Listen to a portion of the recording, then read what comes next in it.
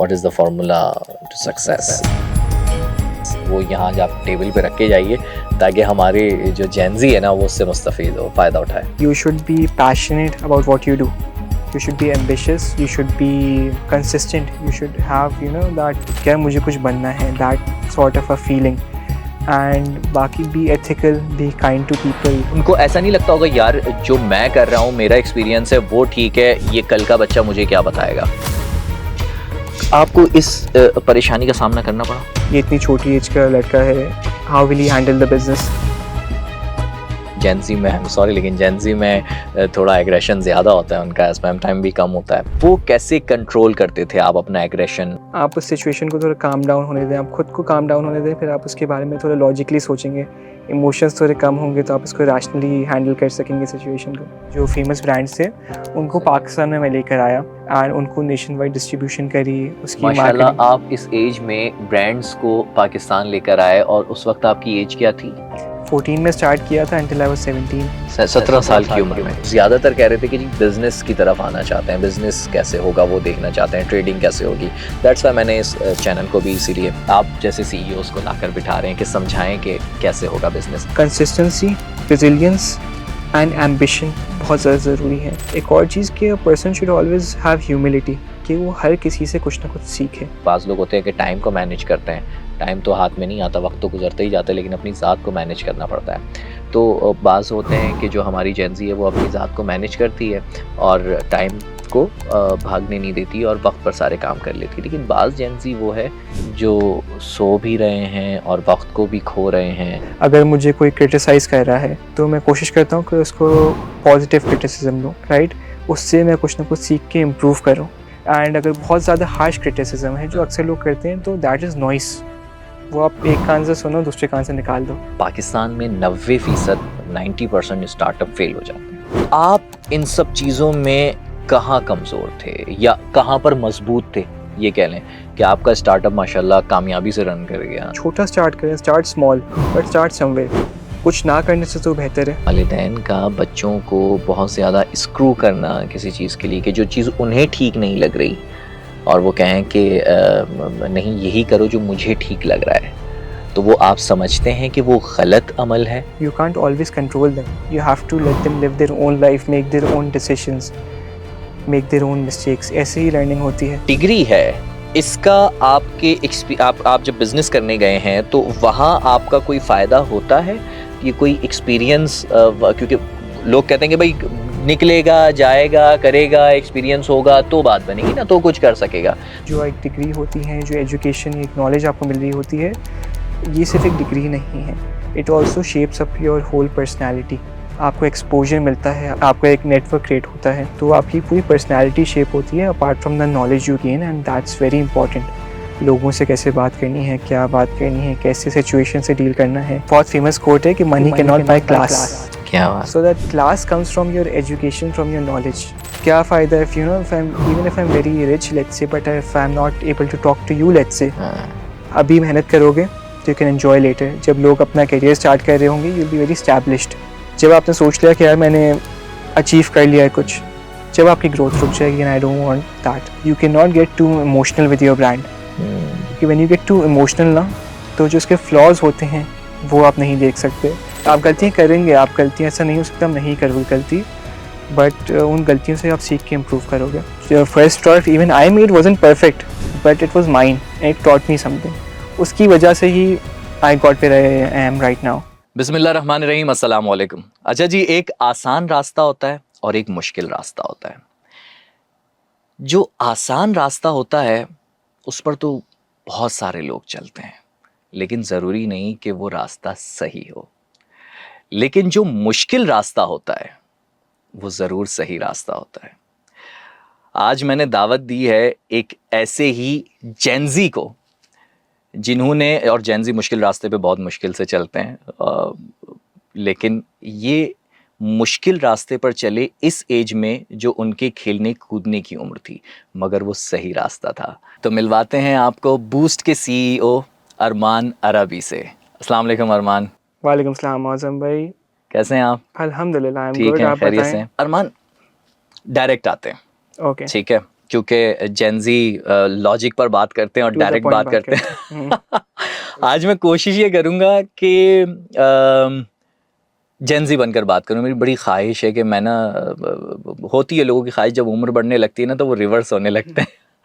और आज मैं बैठा ही जेंजी सीईओ के सामने हूँ। सबसे पहला सवाल जो मेरे दिमाग में जब से आप आए ना, सीरियसली मेरे जहन में, एक तो आपको लाना बड़ा मुश्किल था, इतनी रिक्वेस्ट करनी पड़ी आपको आ जाइए हमारे, क्योंकि हम चैनल पे ना हमने जो ये थिंक पॉडकास्ट सीरीज शुरू की है, हम इस पर कोशिश यही कर रहे हैं कि जितने सीईओज़ हैं उनको लाकर बिठाएं और वो एक इंस्पिरेशन बने हमारे व्यूवर के लिए, जेंजी के लिए, कि किस तरीके से उन्होंने अपना ब्रांड लॉन्च किया, किस तरीके से वो आगे बढ़े, ताकि लोग देखकर वैसे ही उनको सीखें, आगे बढ़ें।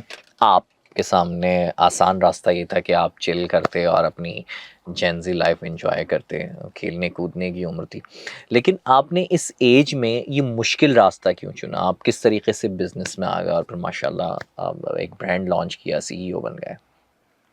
अच्छा, मैंने अपने फादर की कंपनी एयू टेक्नोलॉजीज़ 2020 के अंदर जॉइन की थी व्हेन आई वाज़ 14।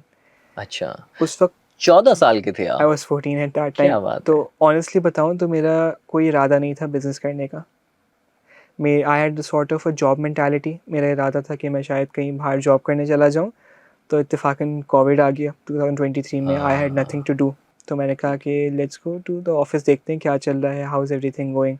तो 2020 में मैंने ऑफ़िस जाना स्टार्ट किया। उस वक़्त एट एयू टेक्नोलॉजीज़ हम लोग सॉर्ट ऑफ एक रीस्टार्ट कर रहे थे चीज़ों का। We were entering a new industry जो गेमिंग इंडस्ट्री थी। तो जब मैं ऑफ़िस जाने लगा तो उस वक़्त ब्रांड पे कोई वर्किंग चल रही थी एंड उस वक़्त ही हमारा पहला शिपमेंट आया था हमारे पहले ब्रांड का।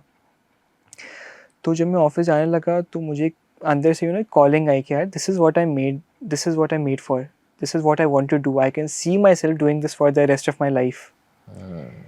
तो फिर मैं जाने लगा तो कुछ ना कुछ रिस्पॉन्सिबिलिटीज़ भी ले ली, सेल्स हेड करने लग गया। ऑल अच्छा। अक्रॉस पाकिस्तान एक डिस्ट्रीब्यूशन नेटवर्क बनाया B2B का।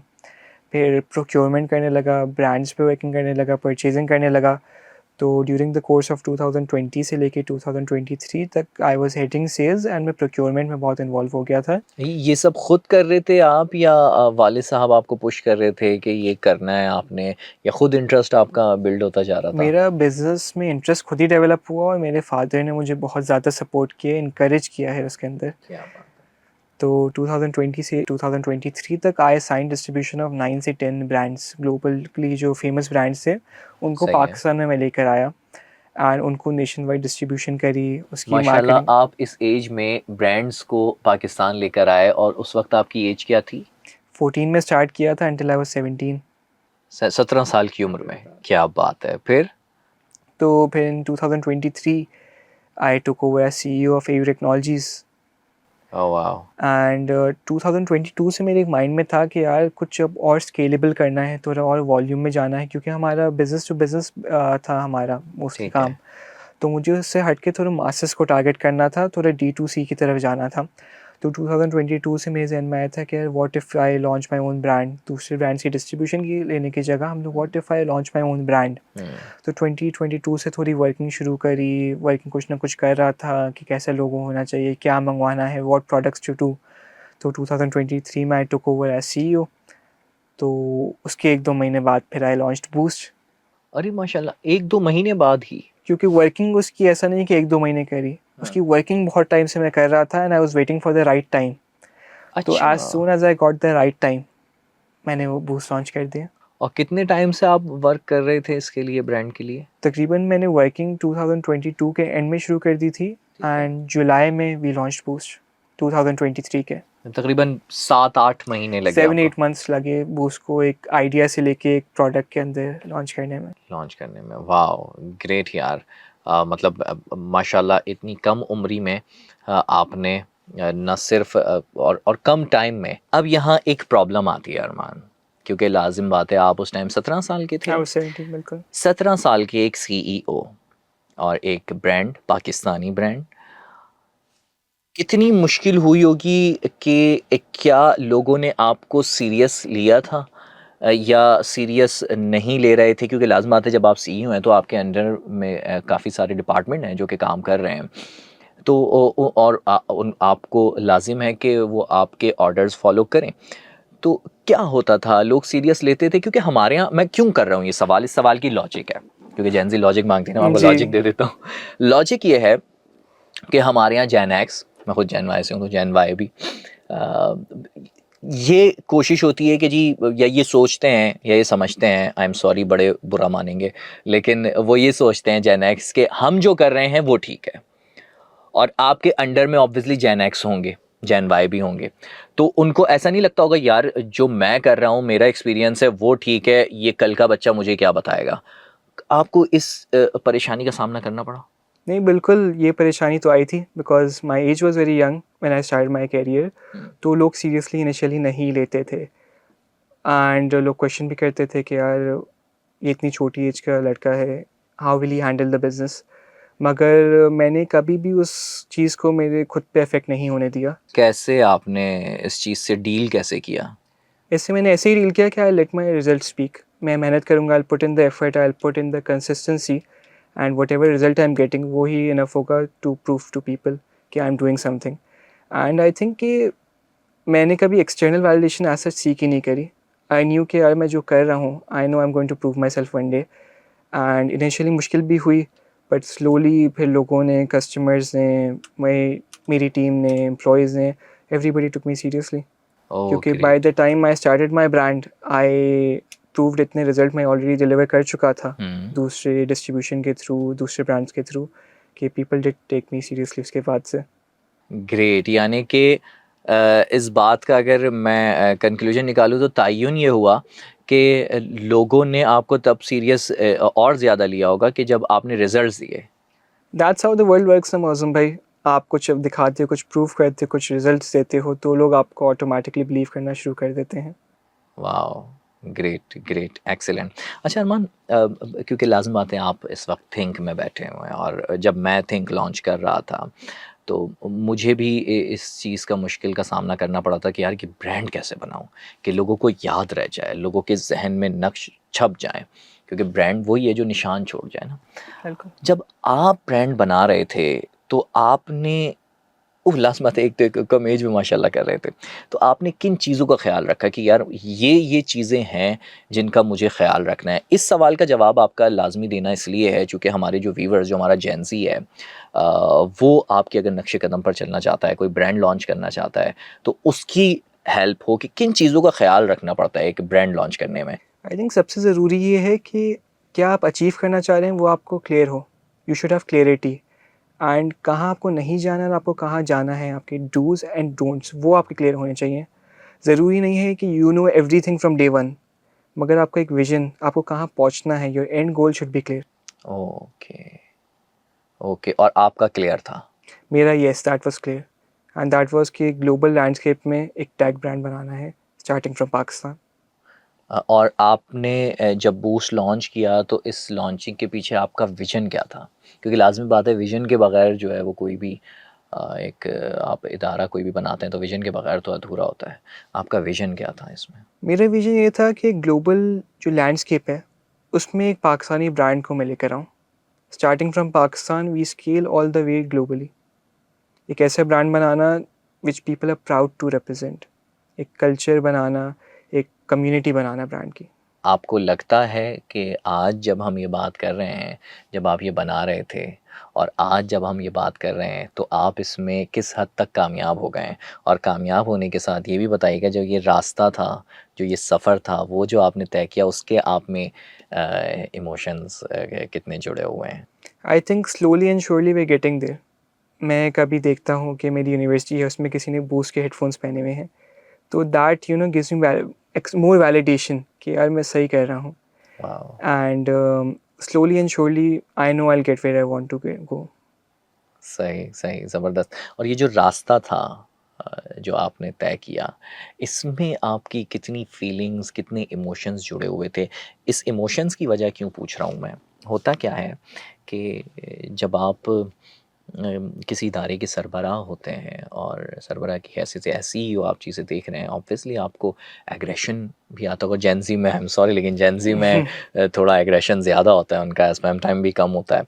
तो वो कैसे कंट्रोल करते थे आप अपना एग्रेशन? सेल्फ कंट्रोल आप में कितना होता था? कि मतलब आप एग्रेशन हुआ तो ऑब्वियसली वो तो अब क्योंकि मैंने देखा है कि एग्रेशन में टीम बिखर जाती है, चीज़ें ख़त्म हो जाती हैं। वो कैसे कंट्रोल करते थे? आई थिंक एक चीज़ नेचुरली मेरे अंदर एक बिल्ट इन सॉर्ट ऑफ है कि I am a very calm person. अच्छा। मुझे गुस्सा कम आता है वैसे ही जनरली, एंड ऑफ कोर्स इंसान है, कभी गुस्सा ज़्यादा भी आ जाता है, but what I try to do कि मेरी कोशिश होती है कि मैं फ़ौरन रिएक्ट ना करूँ सिचुएशन पे। मैं कहता हूँ I deal with this after a day, ताकि अच्छा। क्योंकि गुस्से में आप काफ़ी चीज़ ऐसी कह देते हैं विच आर जो आप मीन नहीं करते। तो हाँ। मेरी कोशिश ये होती है कि फ़ौरन रिएक्ट ना करूँ, and I think that's how it should be कि आप फ़ौरन रिएक्ट करोगे तो आप कुछ चीज़ें कह दोगे जो आपको नहीं कहनी चाहिए, या आप थोड़ा ओवर रिएक्ट कर दोगे। तो you should be more composed and काम। एक आपके अंदर एक चीज़ होनी चाहिए कि यू कैन हैंडल दैट। ज़बरदस्त, ज़बरदस्त, एक्सीलेंट यार, आप तो माशाल्लाह। आप तो अभी तो आपकी शादी नहीं हुई है, लेकिन भाभी तो बड़ा खुश रहेंगी। ये तो बड़ा ज़बरदस्त आपके लिए, गॉड गिफ्टेड है आपको ये, हाँ? गॉड गिफ्टेड है बिल्कुल, इसमें मेरा कोई हाथ नहीं है, इट्स गॉड गिफ्टेड। अल्लाह ताला ने एक चीज़ मेरे अंदर कि दी हुई आपको है। गुस्सा कम आता है गुस्सा कम आता है और अल्हम्दुलिल्लाह। आता है तो? आता है तो वही कि you don't react right away. आप उस सिचुएशन को थोड़ा काम डाउन होने दें, आप खुद को काम डाउन होने दें, फिर आप उसके बारे में थोड़ा लॉजिकली सोचेंगे। इमोशंस थोड़े कम होंगे तो आप इसको रैशनली हैंडल कर सकेंगे सिचुएशन को। एंड वही बात है कि आपको गुस्सा आता है कोई प्रॉब्लम के ऊपर, वो हुँ। प्रॉब्लम तो हो चुकी है, तो आप कुछ अब नेक्स्ट टाइम में कुछ प्रिकॉशनरी मेजर्स लेंगे कि वो वापस ना हो, या राइट अवे आप एक सोल्यूशन की तरफ जाएंगे। तो गुस्सा करके राइट अवे कोई फ़ायदा होगा नहीं। क्या बात है! यानी कि अगर हम अक्सर देखते हैं साइकोलॉजिकली जो ट्रीट किया जाता है या थेरेपिस्ट जो होते हैं वो यही बताते हैं कि जब आपको गुस्सा आ रहा हो तो आप वो जगह छोड़ दें, या तो आप उस वक़्त बात ना करें, नेक्स्ट डे बात करें। तो ये बहुत मुश्किल होता है लोगों को करने के लिए, और ये आपके अंदर बिल्ट इन है ऑलरेडी। यस। यस अल्हम्दुलिल्लाह। माशाल्लाह, this is nice, this is nice. एक हमारे यहाँ ना मुख्तलिफ़ किस्म की जेंसी है। एक वो जेंसी भी है जो कि टाइम की अहमियत को समझती है और हर चीज़ अपनी ज़ात को मैनेज करके, बाज़ लोग होते हैं कि टाइम को मैनेज करते हैं, टाइम तो हाथ में नहीं आता, वक्त तो गुजरता ही जाता है, लेकिन अपनी ज़ात को मैनेज करना पड़ता है। तो बाज़ होते हैं कि जो हमारी जेंसी है वो अपनी ज़ात को मैनेज करती है और टाइम को भागने नहीं देती और वक्त पर सारे काम कर लेती है। लेकिन बाज़ जेंसी वो है जो सो भी रहे हैं और वक्त को भी खो रहे हैं। आपने अपनी ज़ात को वक्त के अंदर महदूद कैसे किया कि यार हर काम मैंने जो है वो वक्त पे, जैसे आप बता रहे हैं 7 महीने में आपने ब्रांड को लॉन्च कर दिया, तो ये आपको वालिद की तरफ से मिला था, एक आपके पास ऑलरेडी ये भी गॉड गिफ्टेड था, ये कैसे आपने मैनेज किया? ये कॉम्बिनेशन था जेनेटिक्स एंड खुद की एक हार्ड वर्क का कह सकते हैं, because my father he is a very punctual person, okay. And he is a very, जो टाइम के मामले में वो होते हैं ना, always on time, he is that sort of a guy. तो उन्होंने बचपन से ऐसी अपब्रिंगिंग करी है हमारी कि हमें भी आदत है कि यार हर चीज़ टाइम पे करनी है, हर चीज़ सही होनी चाहिए। तो एक सॉर्ट ऑफ वो एक अपब्रिंगिंग में चीज़ आ गई, एंड फिर खुद उस चीज़ पे अमल भी किया। फादर को देखता था मैं, उनसे इंस्पायर होता था कि यार how managed he is, how compose he is. तो उनसे सीखा, एंड वही चीज़ फिर कोशिश करी कि हम भी अप्लाई करें कि टाइम को मैनेज करें, जितना कम टाइम वेस्ट कर सकें वेस्ट करें, एंड जितना प्रोडक्टिव कर सकें हमारे टाइम को उतना प्रोडक्टिव करें। अरमान, लाज़िम बात है, मैं कहूँगा तो शायद मेरी बात कम समझेंगे, आप जेनज़ी हैं, जेनज़ी एक जेनज़ी की बात ज़्यादा समझेगी।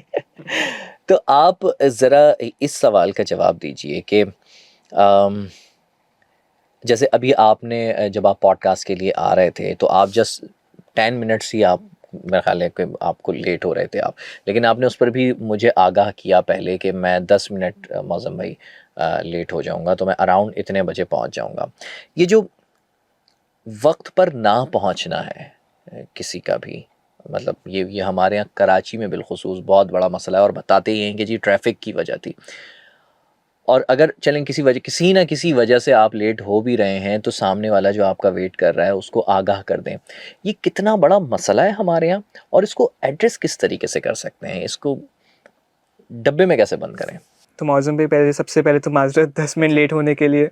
नहीं, मैंने इसलिए नहीं कहा, बल्कि मैं इसलिए कह रहा हूँ ताकि लोग मुस्तफ़ीद हो सकें। नहीं, आई थिंक कि टाइम को मैनेज करना इज़ वेरी इंपॉर्टेंट। आप अगर लेट्स से आपको पता है कि ट्रैफिक होगा तो आप 10 मिनट पहले निकल जाएं। आई थिंक कि आप जो भी टाइम कम्युनिकेट कर रहे हैं किसी और को या कोई भी आप काम सोच रहे हैं, आपको पता होता है कि ये काम इस टाइम पे होना है, तो you should always keep a bit of a buffer.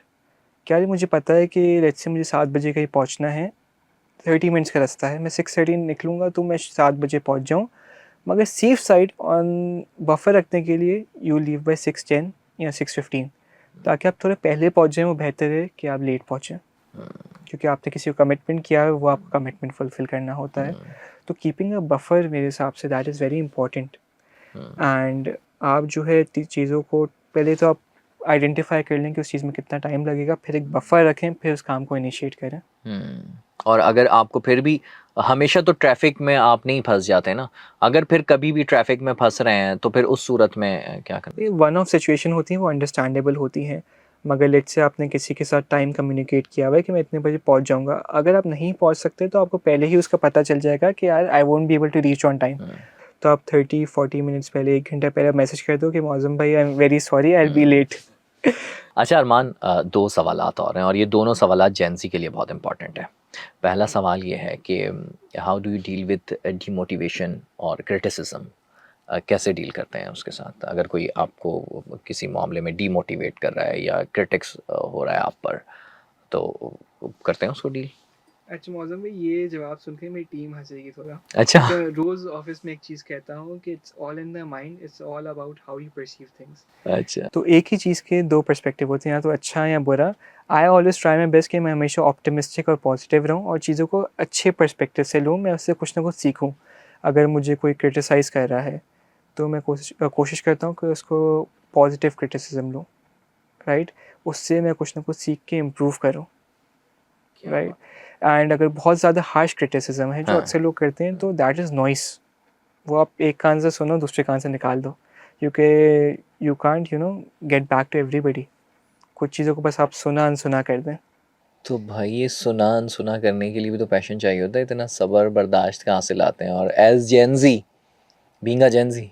I think कि it's all about how you train your brain basically. आप कैसे कैसे चीज़ों को परसीव करते हैं, तो you have to train your brain, you have to train your inner voice कि आप पॉजिटिव रहें, हमेशा ऑप्टिमिस्टिक रहें। दैट्स अ थिंग, एक हैबिट बन जाती है फिर आपकी। ग्रेट। और आपने उसके लिए खुद को ट्रेन किया? अभी भी कर रहा हूँ, कोशिश कर रहा हूँ। I train myself every day for that. Great, excellent. Arman एक चीज़ मुझे बताइए ज़रा, इस बारे में मैं भी सोचता हूँ कि पाकिस्तान में 90% 90% स्टार्टअप फेल हो जाते हैं।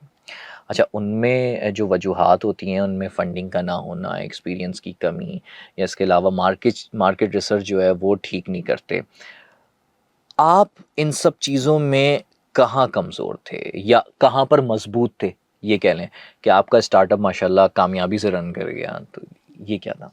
अच्छा, एक्सपीरियंस की तो मुझे इतना एक्सपीरियंस नहीं था ठीक है। एक ब्रांड बिल्ड करने में, because we are D2C brand, हम लोग डायरेक्ट टू कंज्यूमर हैं। मेरे पास डायरेक्ट टू कंज्यूमर का बिल्कुल भी एक्सपीरियंस नहीं था, ना ही ब्रांड बिल्डिंग का कोई एक्सपीरियंस था, ना ही मेरे पास कोई टीम थी जो इसके अंदर एक्सपीरियंस्ड हो। तो वो चीज़ें मैंने बिल्कुल ही स्क्रैच से बिल्ड करी हैं कि एक brand banana, because building a brand is very different from distribution. तो वो चीज़ों का एक्सपीरियंस मुझे बिल्कुल भी नहीं था, that was my weakness. But वो चीज़ की एक समझ थी, आई न्यू कि मुझे नहीं पता। I think that help me, क्योंकि मैंने जितने भी स्टेप्स लिए फिर उसको अकॉर्डिंगली लिए, एक अच्छी वेल रिसर्च टीम रखी, मार्केट रिसर्च हमारी काफ़ी स्ट्रॉन्ग थी इन चीज़ों की वजह से, एंड फंडिंग की अल्हम्दुलिल्लाह वी हैड नो इश्यूज़। तो इसकी वजह से we were able to grow and we are still growing day by day अल्हम्दुलिल्लाह।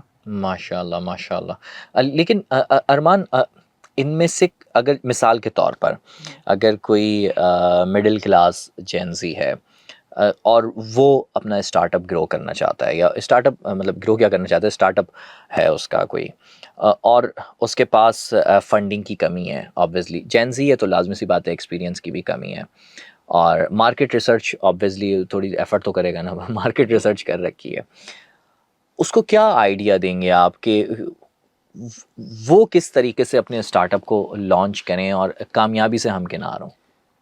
You have to start somewhere, right? एंड अभी का जो दौर है, अभी का जो एरा चल रहा है, things have become much easier as compared to before. Now you have access to the whole internet. तो हाँ basically you have to start somewhere.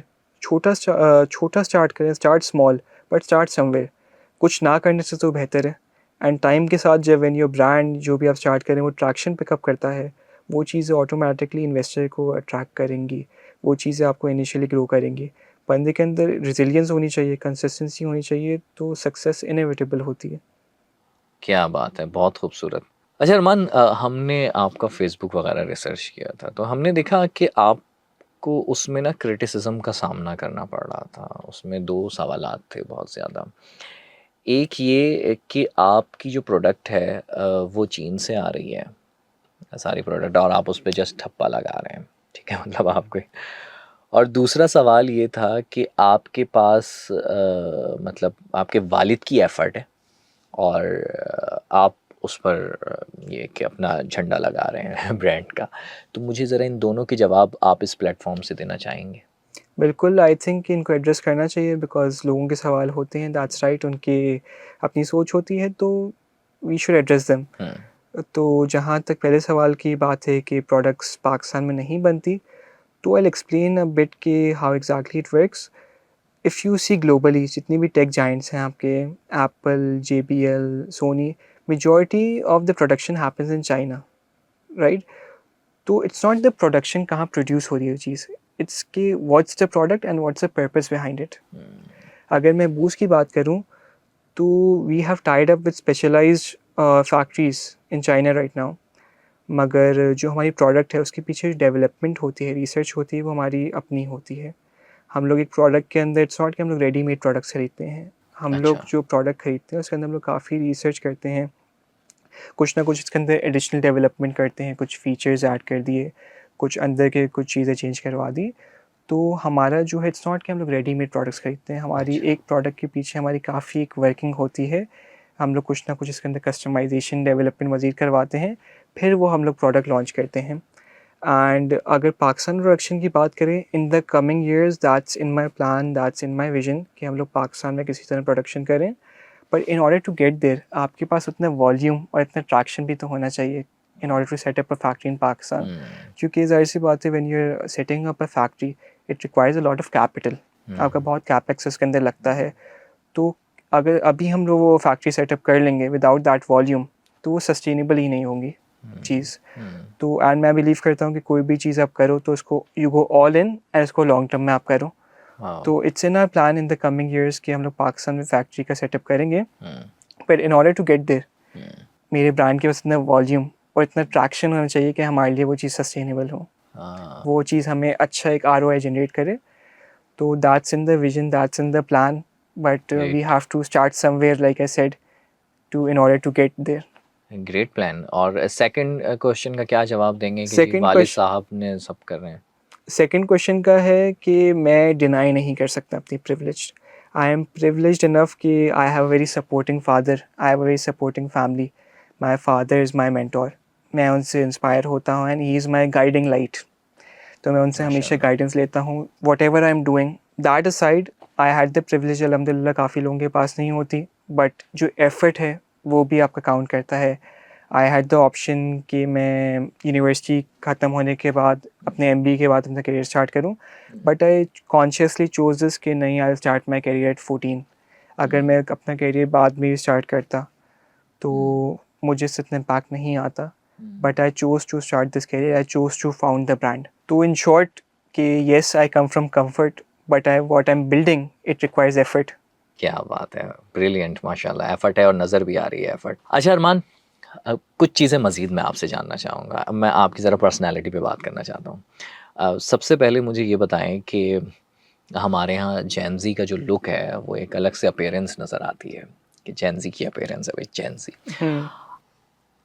आपने अब आप सीईओ भी हैं और हैं जेन ज़ी भी, तो आपने इन दोनों चीज़ों को कैसे संभाला, कैसे अपने लुक को बैलेंस कैसे किया? बैलेंस कैसे किया, अपने लुक को और अपने जेन ज़ी होने को भी, मतलब उस वो लुक अपनाया कि जो एक जेन ज़ी का होना चाहिए या वो लुक अपनाया जो एक सीईओ का होना चाहिए? वेरी इंटरेस्टिंग क्वेश्चन मौज़म भाई. आई थिंक इसके अंदर कुछ गलत नहीं है मौसम भाई, बट व्हाट्स इम्पॉर्टेंट इज़ कि आप ओकेजन के हिसाब से ड्रेसअप करो. जो आप जेन जी का एक एक टिपिकल लुक डिस्क्राइब कर रहे हैं, I also dress up like that occasionally. अच्छा. But when I am out with friends, when I am going for a meeting, या मैं आपके साथ आज एक पॉडकास्ट पे बैठा हूँ, सही है. तो I have dressed up a bit formally. Okay. क्योंकि जो आप ये सब ड्रेसअप करते हैं वो आपकी पर्सनालिटी को बिल्डअप तो करता है. सही बात दैट्स है. How people perceive you. तो आप ओकेजन के हिसाब से ऐसे ड्रेसअप करेंगे तो वो मैटर करती है चीज़. So there is nothing wrong with either, but occasion के हिसाब से आप एक ड्रेसिंग करके आए. सो क्या बात है, जबरदस्त जबरदस्त. यानी आप रहते हैं दो हर तरह की ड्रेसिंग आप Yes, करते हैं, I मतलब आप जेंजी लाइफ भी जी रहे हैं और आप जब आप सीईओ होते हैं तो फिर आप उसको. I think that's very important. हर किस्म का लुक, हर किस्म के styles you should try differently. Wonderful. तो एक और बात मुझे आप बताएं कि आप पढ़ाई में कैसे थे? और मतलब अभी भी पढ़ रहे हैं ना आप? Yes, yes, I'm still manage studying. कैसे करते हैं आप ब्रांड भी आप माशाल्लाह रन कर रहे हैं, मतलब लीड पोजीशन पर हैं, तो पढ़ भी कैसे रहे हैं और दोनों चीज़ों को मैनेज कैसे कर रहे हैं? एक दूसरा, पहले पढ़ाई में थे कैसे? तो through out my schooling life ना, मैं पढ़ाई में, आपने वो बच्चे देखे हैं जो फर्स्ट बेंच पे बैठते हैं, हाँ. टीचर्स हर बात पे सवाल पूछते हाँ. हैं, बहुत ही हाँ. नर्डी हाँ. किस्म के थे हाँ. होते हैं. तो मैं उस तरीके का स्टूडेंट था. लाइक अच्छा. फ्रॉम ग्रेड 8 ग्रेड 9 तक मैं उस तरीके का स्टूडेंट था अच्छा. कि मेरी 90 से कम आज तक परसेंटेज नहीं आई थी. क्या बात है. मगर फिर मैंने बिजनेस ज्वाइन किया ग्रेड 9 के अंदर. तो फॉर अ वाइल मेरा इंटरेस्ट लूज़ हो गया था पढ़ाई के अंदर. तो ग्रेड 9 में क्योंकि आप सी नहीं देते ओ लेवल्स के अंदर ग्रेड 9 के अंदर, तो मेरे इतने अच्छे ग्रेड्स नहीं थे, मेरी परसेंटेज भी बहुत ड्रॉप हो गई. ग्रेड 10 में भी स्कूल में जो मार्क्स थे मेरे काफ़ी ड्रॉप हुए. मगर मतलब मैंने डिसबैलेंस हो गया जब डिसबैलेंस जब हो आपने गया था. बिजनेस ज्वाइन यस, किया, क्योंकि मेरा डिसबैलेंस हो गया. इंटरेस्ट सारा उस तरफ चला गया था. ओ. मगर ग्रेड 10 में जब मैंने अपने सी दिए तो मैंने उसमें पढ़ के किसी तरह कवर अप कर लिया. अच्छा. अच्छा, एक और चीज़ मैंने क्या, एक गलती मैंने जो की थी मेरे ओ लेवल्स में ग्रेड 9 एंड ग्रेड 10 के अंदर, कि मैंने साइंसेस ले लिए थे और मैं अच्छा. कर रहा था बिजनेस. तो मैं जब साइंसेस कर रहा था मेरे उसके अंदर इंटरेस्ट बन ही नहीं रहा था. And I was like why am I doing this. बिल्कुल सही बात है. तो ग्रेड 11 में जब आपको सी देने होते हैं, you study in grade 9 grade 10 and grade 11 में पढ़ के आप 11 के सी देते हैं. तो मैंने ग्रेड 11 में अपना स्कूल छोड़ दिया एंड मैं प्राइवेटली चला गया. अच्छा. और मैंने कहा कि मैं साइंसेस क्यों पढ़ रहा हूँ. तो मैंने 1 साल कॉमर्स पढ़ा. मैंने 3 साल का सिलेबस 1 साल में कवर किया एंड ग्रेड 11 के अंदर मैंने कॉमर्स रिलेटेड सब्जेक्ट्स में अपने सी दे दिए. एंड जब मैं कॉमर्स पढ़ रहा था तो मेरा, क्योंकि उसके अंदर इंटरेस्ट था, I was passionate about that, तो मेरे पढ़ाई में इंटरेस्ट वापस आ गया. एंड मैं I was enjoying what I was studying. And grade 11 में हालांकि मैंने 1 साल पढ़ा था, I got all A stars and as अल्हम्दुलिल्लाह इन माई ओ लेवल्स. क्या बात है. तो फिर ए लेवल्स के अंदर I did my A levels in accounting business and psychology from Nixor. माशाल्लाह. तो जबरदस्त. उसके अंदर भी अल्हम्दुलिल्लाह I got A star and A's. मतलब आपने इस चीज को मैंने कवर कर लिया. लिया. And right. लेकिन जब फ्लक्चुएट हुआ, जब डिसबैलेंस हुआ, तो उस टाइम आपके वालिद ने, अक्सर ऐसा होता है ना कि भाई वालिदैन कहते हैं कि भाई चलो इधर ही तवज्जो लगाओ पढ़ाई की तरफ, नहीं पहले पढ़ाई है बाद में बिजनेस करना है, या बाद में अक्सर लाजमत वो खेलने कूदने के लिए भी मना करते हैं, हर चीज़ से वालिदैन मना करते हैं कि जी पढ़ाई पे फोकस करें. तो उस वक्त आपके वालिद का क्या रुझान था? उन्होंने रोका आपको कि यार ये क्या पढ़ाई ख़राब हो रही है तुम्हारी? तो लाइक आई सेड कि आई एम वेरी ब्लेस्ड अल्हम्दुलिल्लाह कि I have a very supporting father. तो मेरे वालिद साहब ऐसे हैं कि उनका मुझ पे ट्रस्ट बहुत ज़्यादा है एंड मुझ पे कॉन्फिडेंस उनका काफ़ी ज़्यादा है. तो उन्होंने कभी कभी भी इसमें मुझे इंटरवीन नहीं किया. वो हमेशा एडवाइस देते हैं कि बेटा यूँ कर लो या देख लो, मगर उन्होंने हमेशा मुझे अपनी चॉइस खुद ही लेने दी है. ग्रेट. तो in this way to dad ने मुझे कहा था कि आपको जो करना है आप अपने हिसाब से देख लो. तो आई एम ब्लेस्ड इनफ कि I have a very supporting father in this sense. Wow. यानी कि वालिदैन का हमें यहाँ से ये भी सबक मिलता है कि वालिदैन का बच्चों को बहुत ज़्यादा स्क्रू करना किसी चीज़ के लिए, कि जो चीज़ उन्हें ठीक नहीं लग रही और वो कहें कि नहीं यही करो जो मुझे ठीक लग रहा है, तो वो आप समझते हैं कि वो गलत अमल है. अगर आप ऐसे वालिदैन को कोई मैसेज देना चाहेंगे कि ये अमल गलत है, कि जी जो उन्हें ठीक लग रहा है वो बच्चा करे, वो बच्चा पढ़े और उसी चीज़ में आगे बढ़े. वो 3 इडियट में है ना कि अब्बा नहीं मानेंगे. तो वैसे अब्बाओं का आप कुछ कहना चाहेंगे? आई थिंक कि आई एम टू यंग या नॉट एट दैट स्टेज कि मैं एडवाइस दे सकूं. But if I could share a few sense of mind, मैं कहूँगा कि you can not control your kids, you have to be supportive. क्योंकि you can't control your kids forever ना. एक टाइम पे आके आप बहुत ज़्यादा कंट्रोल करोगे तो इवेंचुअली आपके बच्चे रिबेल कर जाएंगे. You can't always control them. You have to let them live their own life, make their own decisions, make their own mistakes. ऐसे ही लर्निंग होती है. बिल्कुल ऐसा ही है। और अगर वालिदा का ज़िक्र किया जाए आपकी मदर का, तो उनकी तरफ से भी आपको ढील थी, या होता है ना माएँ कहती हैं ये क्या कर रहे हैं आप?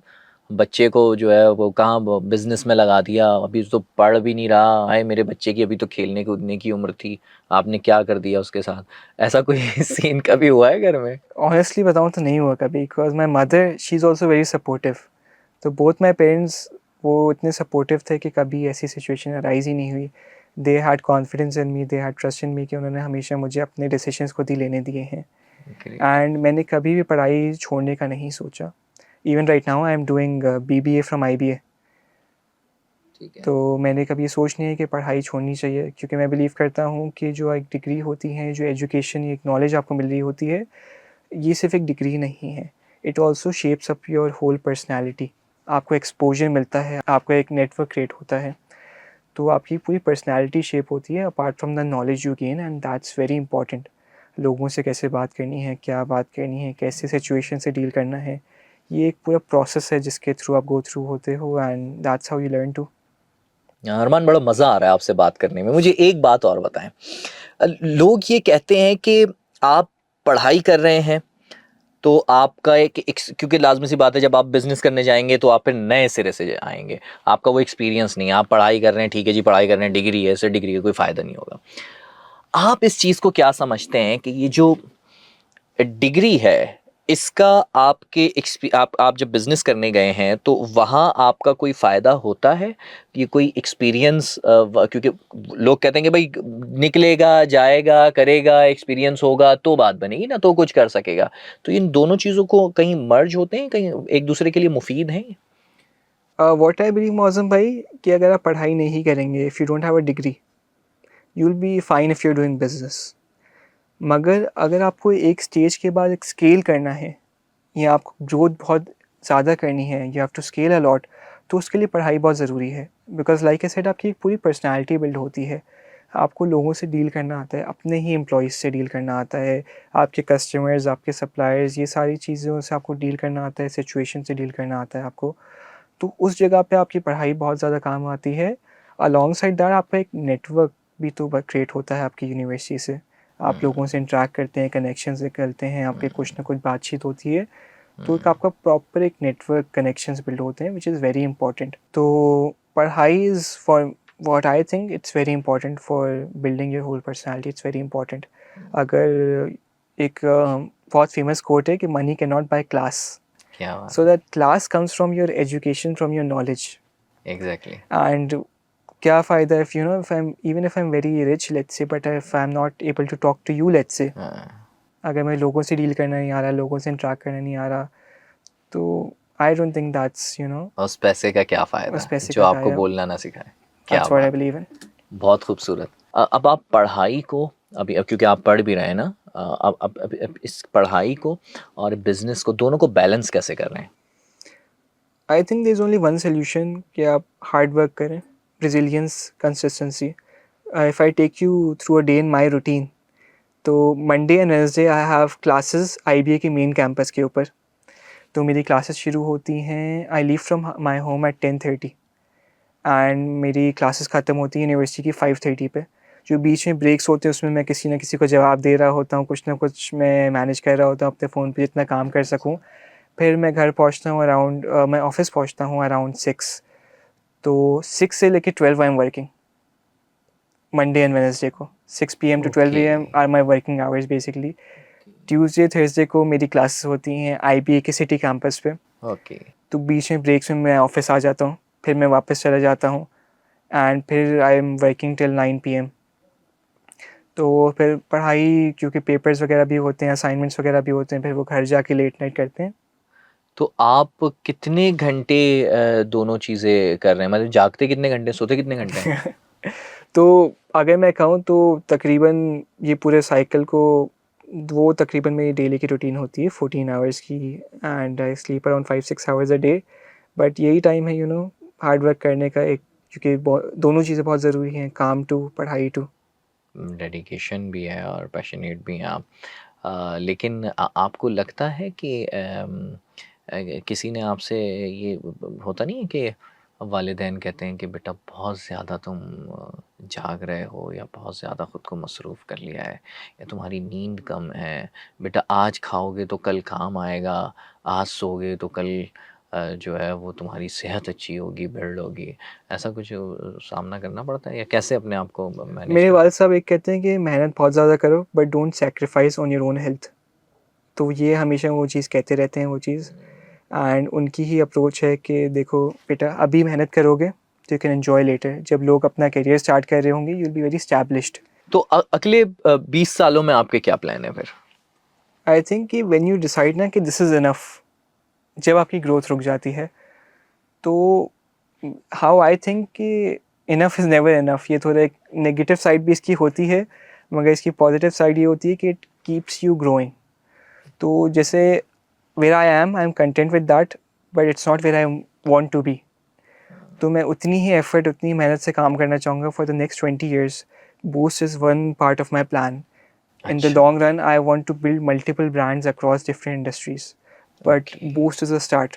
एक चीज़ को मैं बहुत अच्छी तरीके से करूँगा तो फिर मैं दूसरी जगहों पे जा पाऊँगा। तो वही बात है, sky is the limit, you never stop growing. जब आपने सोच लिया कि यार मैंने अचीव कर लिया है कुछ, जब आपकी ग्रोथ रुक जाएगी, and I don't want that. तो एक बहुत ही फेमस फिलोसोफर है सोक्रेटिस, ही सेड कि I M wise because I know I am not wise. Oh wow! तो वही अप्रोच है कि just keep on working hard.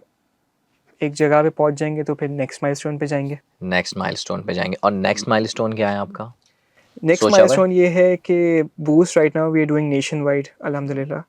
Next milestone ना प्लान्स ये है कि बूस्ट को हम लोग ग्लोबली लेके जाएं।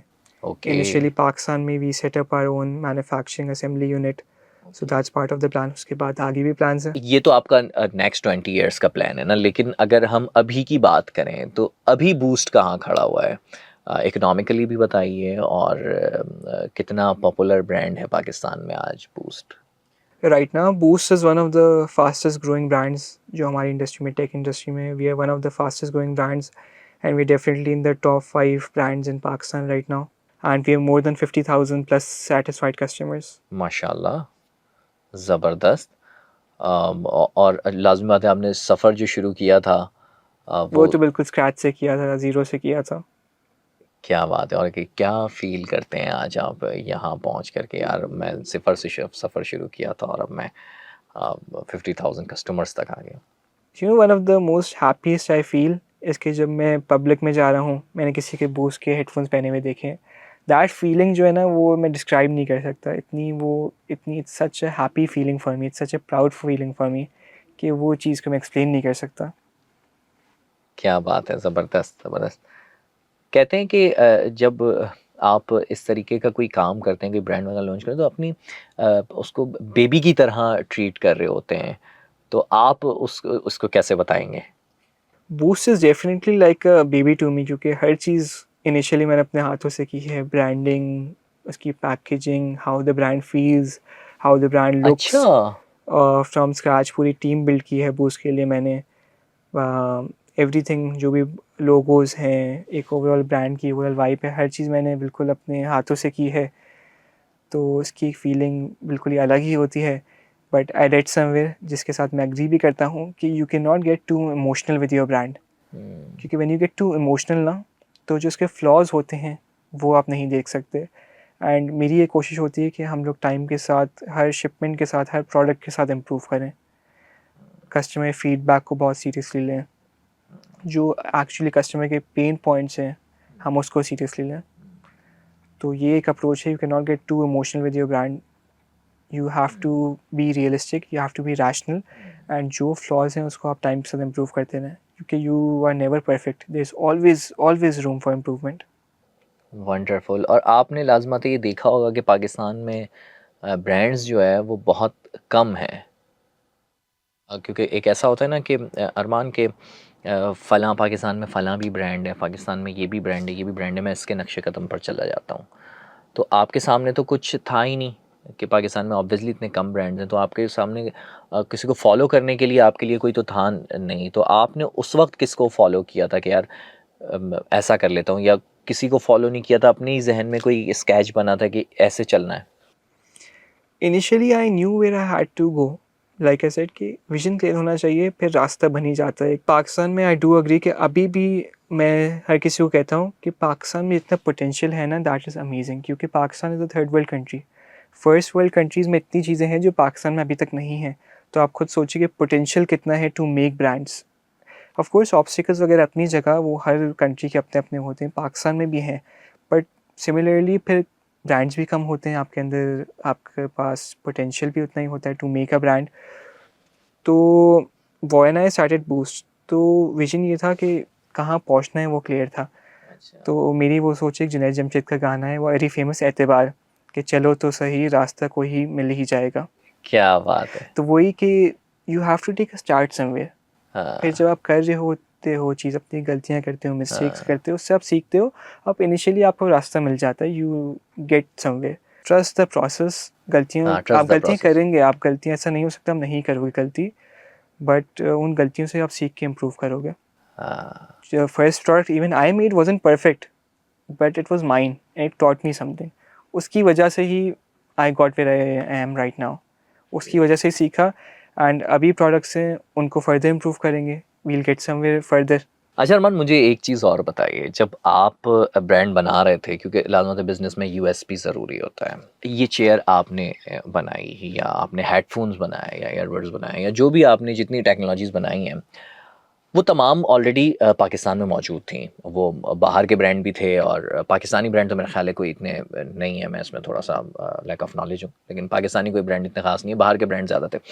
लेकिन आपने ये सोचा था कि आपका यूएसपी क्या होगा कि लोग आपकी चीज़ खरीदें, क्योंकि ऑलरेडी एक चीज़ मौजूद है, तो आपको टफ कंपटीशन मिला था, तो वो उसको उसको आपने कैसे डील किया? यूएसपी क्या था आपका? तो मौज़म भाई, I would like to add a few points over here कि जो हमारी Gen Z है, right, they don't chase the product anymore, they chase the purpose behind the product and the value it brings.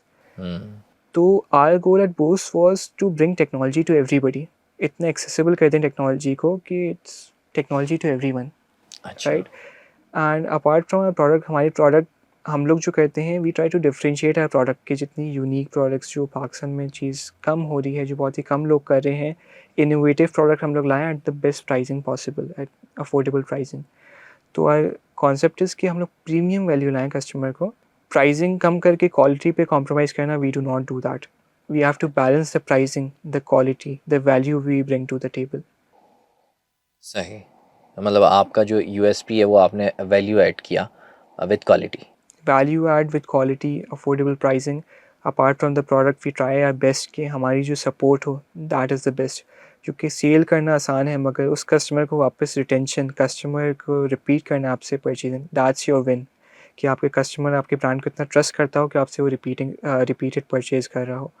And sales से ज़्यादा ज़रूरी I believe is after sale support, वो आपकी इतनी स्ट्रॉन्ग होनी चाहिए कि आपका कस्टमर हमेशा खुश हो। क्या बात है, बहुत खूबसूरत। अच्छा अरमान, एक चीज़ मुझे बताइए, और बल्कि मुझे नहीं, वीवर्स को बताइएगा, क्योंकि हमारे वीवर जो है वो ऑब्वियसली ज़्यादातर जेन ज़ी हैं, और इस वक्त जेन ज़ी आपको लाजमत है बिज़नेस करना चाहता है जेन ज़ी, क्योंकि जब मैं भी थिंक मैं लॉन्च करने जा रहा था, तो उससे पहले मैंने होटल्स पर जाकर माइक लेकर और लोगों से पूछा था कि वो क्या देखना चाहते हैं, तो ज़्यादातर कह रहे थे कि जी बिज़नेस की तरफ आना चाहते हैं, बिज़नेस कैसे होगा वो देखना चाहते हैं, ट्रेडिंग कैसे होगी। दैट्स वाई मैंने इस चैनल को भी इसीलिए उन आप जैसे सीईओज को लाकर बिठा रहे हैं कि समझाएं कि कैसे होगा बिज़नेस। मोटिवेट, ऑब्वियसली आप मोटिवेशन का बाइस हैं लोगों के लिए कि यार आपने जिस तरीके से बिज़नेस स्टार्ट किया, आप मैसेज क्या देंगे कि अगर कोई अपना बिज़नेस शुरू करना चाहता है और उसे कामयाब बनाना चाहता है, तो क्वालिटीज़ क्या होनी चाहिए कामयाब बनाने के लिए business? There is a quote, hard work beats talent if talent doesn't work hard enough. तो कंसिस्टेंसी, रेजिलियंस एंड एम्बिशन बहुत ज़्यादा ज़रूरी है। एक और चीज़ कि a person should always have humility, कि वो हर किसी से कुछ ना कुछ सीखे। तो एक बहुत ही फेमस इंडियन कॉमेडियन है ज़ाकिर खान, जी मैं जी, मुझे बहुत पसंद है वो। तो हाँ उनकी सबको ही मैं पसंद है वो माशाल्लाह। तो मैं उनकी एक एपिसोड देख रहा था, उन्होंने इसमें कहा था कि आप एक बंदे को थोड़ी सी रिस्पेक्ट दे दो, वो आपको कुछ ना कुछ सिखा के जाएगा। क्या बात तो है। हर बंदा आपको कुछ ना कुछ सिखा सकता है if you're eager to learn. तो you should always be eager to learn and you should know कि यार कि मैं जो कर रहा हूँ दैट इज़ मैं हमेशा उसमें इम्प्रूव कर सकता हूँ। दूसरा सवाल भी जैन जी के लिए बहुत इंपॉर्टेंट है, और वो ये है कि भाई आज आप इस टेबल पर रख कर जाइए कि वो फार्मूला क्या है जो कामयाबी का है, what is the formula to success, वो यहाँ आज आप टेबल पे रख के जाइए ताकि हमारे जो जैन जी है ना वो उससे मुस्तफ़ीद हो, फ़ायदा उठाए। ऑनेस्टली बताऊँ मौज़म भाई, तो आई डोंट थिंक अभी मैं खुद इतना सक्सेसफुल हुआ हूँ।